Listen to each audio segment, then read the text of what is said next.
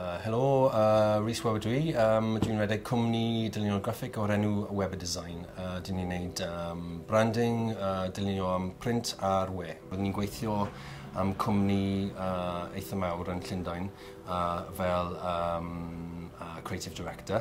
A collais i fy swydd pan oedd y cwmni allan o busnes. Felly yr unig diwysiad i fi oedd dechrau cwmni fy hunan.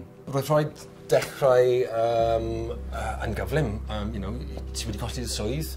Mae rhaid dod â arian mewn i'r teulu a'n eitha gyflym. Felly doedd dim amser i poeni am y dyfodol. Roedd yn gyntaf, ffindiwch gymaint o cymorth chi'n gallu ffindio. Nes i ofyn cwbl o ffrindiau oedd yn rhedeg cwmnïau am cymorth o help. Mae'r gwaith papur yn rhywbeth dwi ddim yn hoffi wneud.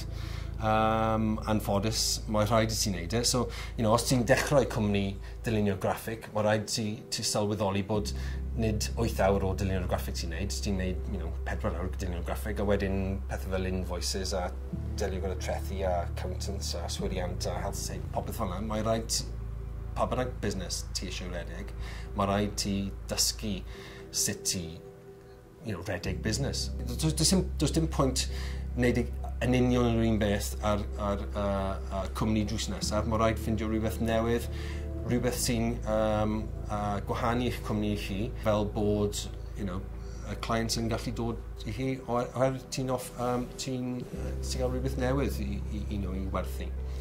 So mae'n yna lle i gwmnïau bach i dechrau ac i fod yn llwyddiannus, ond mae rhaid yn gyntaf need a research.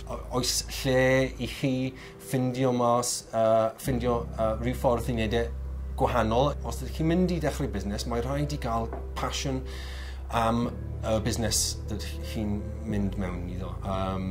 Does dim pwynt i wneud rhywbeth does dim diddordeb mewn. Os ydych chi'n mwynhau eich gwaith, ydych chi'n mwy hapus, a mwy hapus gyda llai o arian falle hefyd. Lot o oriau yn gweithio, lot o gwaith caled, ond mae'n werth oherwydd ydych chi'n gwneud e am chi, am eich teulu ac am y dyfodol.